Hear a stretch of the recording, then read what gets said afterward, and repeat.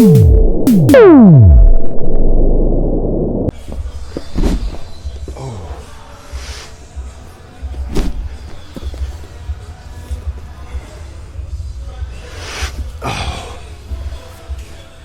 and this is like, I guess normally I'm doing tutorials when I'm being filmed, but today I'm just kind of rolling through and doing my normal flow warm-up. And then our session today, we're really just focusing on getting a good workout in, so I'm really trying to make sure I get the work in today. So this is a great time too, where if anybody watching this has any questions, please leave them in the comments. I'll be happy to address them or give you more information about it, or maybe even do a future video about it.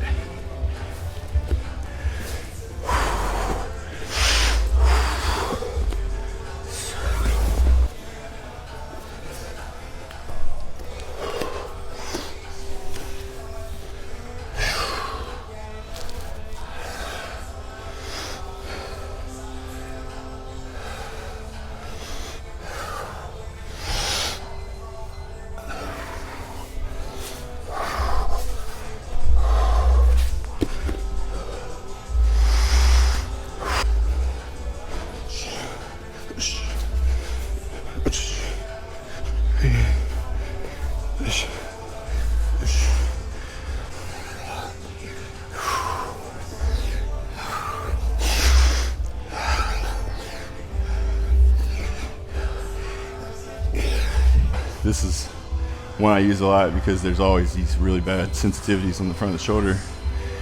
But whenever you use the ground, I can use the position and just me rolling over the arm and learning how to almost let it relax and be supple instead of defensive. Some of it's just deep pressure reception. So even if you look at like babies when they have trouble integrating their sensations, like if they have sensitivity to the grass, and so the baby's not walking around the grass, they use a protocol of deep pressure.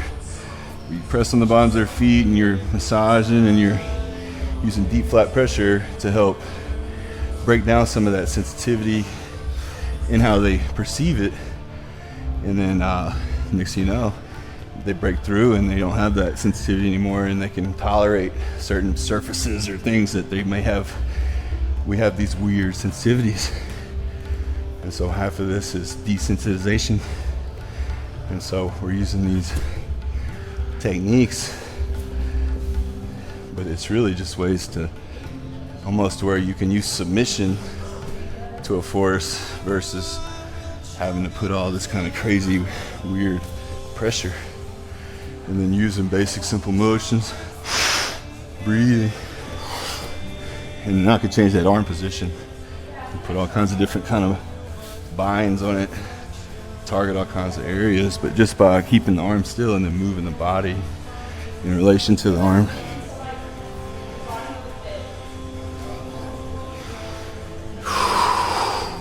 So basically here, even if you're just like laying on your belly, you just stuck your arm out and you stepped over the other foot and let your pelvis extend. And then you also have this thing here that can kind of help this arm here, where I can just fold onto it. So if I started in here, pull this in, extend this out, and just relax really over that pressure. And this is I'm trying to get flat pressure to where I can actually feel like I'm getting weight through the bottom of my armpit and shoulder here. It's another good thing working. I want to work on extending the arm, so I'm going to work on reaching up as I roll over. Each time I can kind of find where my body's wanting to suck this in and protect it. We're just going to work on extending it out, reaching it up, and then rolling it over, and really using the body as a whole.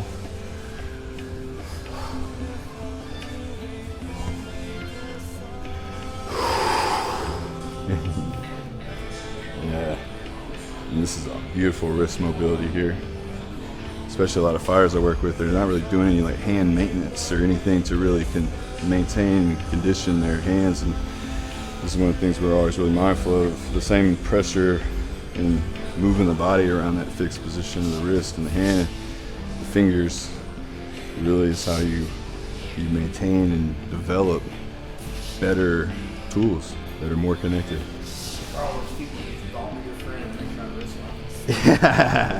Yeah, that's the problem too, is once you have that wrist inflammation and that chronic pain, you're avoiding pressure. That's where people start putting pressure through the knuckles and stuff. All right, cool. So this is one of the things that I always like to work, is really getting a little bit of a snap, but the pattern is elbow to hip and then out. So working external rotation and the deep coiling and squeezing capacity of the shoulder through that oblique system. So the oblique here is actually driving me over. It's not just me shifting weight, it's me actually getting the oblique. All this motion is simply oblique action right here. So that's the core of this motion. Everything else comes off of that. So now it's like no effort anywhere else. Everything's locked into position. And then now I want to learn to kind of drive out of that. And now you're getting full compression of that whole braking system. And this is a full elongation of that whole system. In fact, this would be more full elongation, but that's the idea though. And now my exercise is using the oblique to drive the elbow to the front of the hip.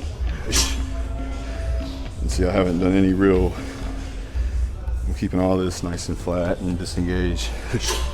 So,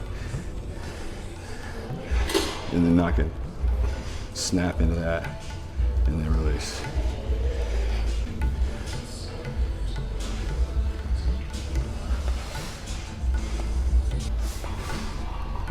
Hold, squeeze, and release. There you go. You know, it's naturally the arm, this side moves through. So that's the principles of good coiling mechanics, is like you're getting the most velocity on this side simply by driving and pulling all the energy back into this side of the body. And so when you think about speed and what force on impact looks like, it looks like something moving really fast that gets really stiff on impact. But the stiffness can't occur until impact.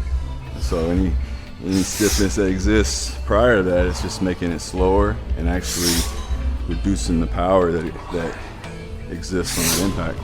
So if somebody's looking to develop more speed in their hands, work on the oblique system, or a pitcher looking to get more velocity on their throw, think about the oblique system that delivers the elbow downward towards the front of the hip, and how that actually drives the shoulder through in a way where now it's just the ball and socket joint is just a part of the unit, and now the trunk turn in motion, and then now the arm can exist off of all that inertia and energy, but it's going to exist from here.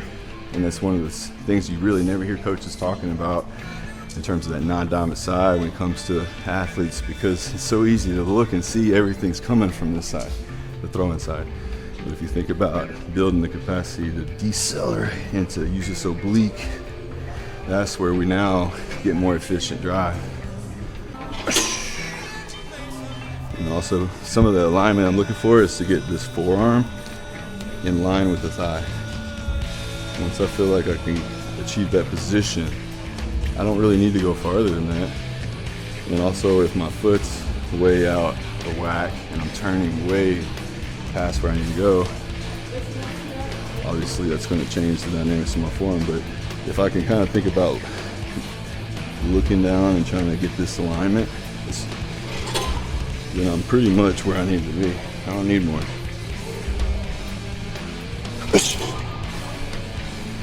So, rows. Instead of doing a lot of square balance, just split your stance, second knee. I'm just kind of working on the same kind of concept from here. When you row to one side, you can get the deep oblique contraction that ties to this coil. When you're in square base, you can't do that. You can only attach yourself to the rectus abdominis.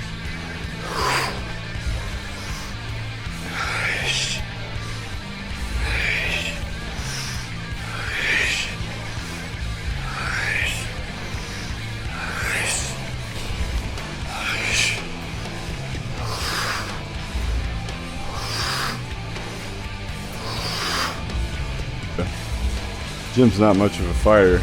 He just likes playing and choking people. But if he were to be like a striker, I would really say this would probably be an optimized striking angle for him, because his head's nowhere to be seen. It's gone.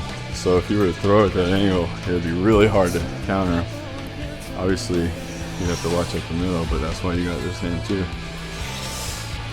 But I love this idea for people to think about how they can just follow a line, and then how that actually creates the alignment in the fascial system. So the more he can actually get his body, he can orient it towards this single line, which would be a little higher. Yep.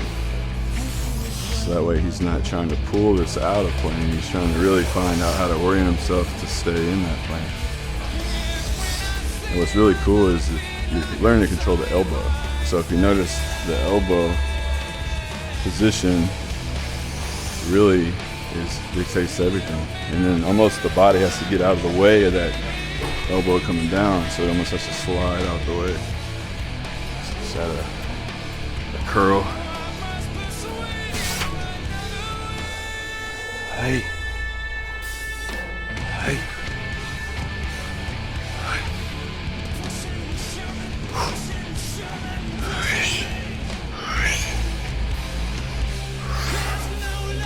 So I'm trying to keep my elbow in front this time. You want to kind of block it off here. That way you're able to get the bicep more involved.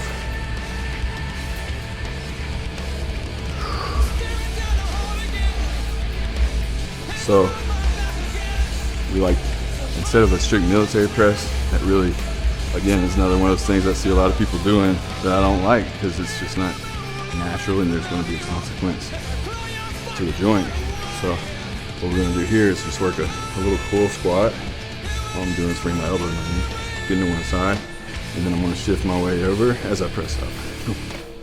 And I'm really just doing a cool press, and getting kind of out of the way so my arm can get straight. So if you look at it, my arm's actually at this angle, but my body's making it totally vertical, right? So the idea is I don't have to always be like at this 180-degree position. I just got to do a good job of getting my body angled and getting my whole spine to participate.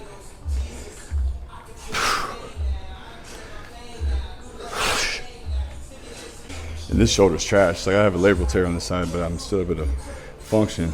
But it's definitely, it's been through some shit.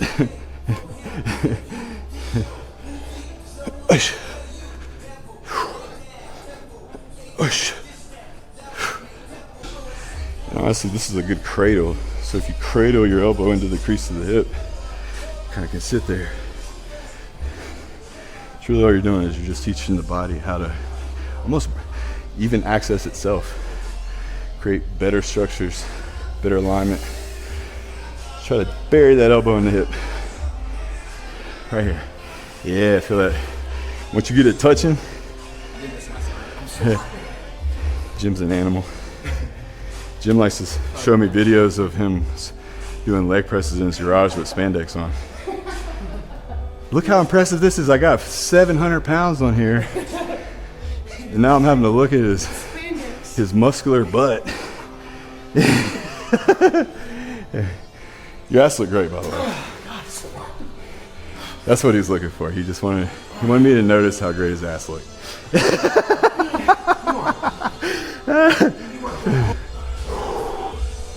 We gotta remember, the most, when you're here is when you're gonna be like the most uncomfortable, because that's really what we're doing, is we're teaching your ribs how to, like, your body and your thorax how to, like, move in all these different ways. I love it though, because every time you find that spot, you know, it's like, okay, there's more to do. There's never a point where you should get bored with training, you know what I mean? So this last one, we're just gonna work on this underhand grip, or see, my palms are facing me. Basically, like I'm creating this kind of frame here. I'm trying to let my hands kind of fall back. And then we're just gonna work on our deep squat from there. Big thing with positioning deep squat is make sure you feel like you could jump, like it's an optimized position you would want to jump out of. If you're wider than that, or too wide, And then let's work on bringing the heels outside almost where I feel like I'm slightly pigeon-toed. Kind of my toes are pointing more at each other.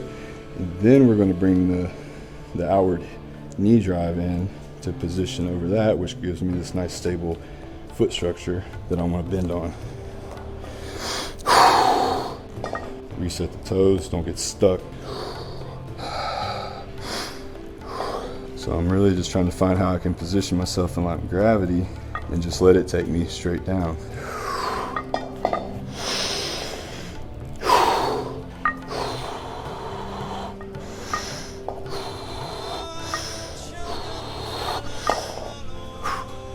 Get a little spring action. Getting all hell.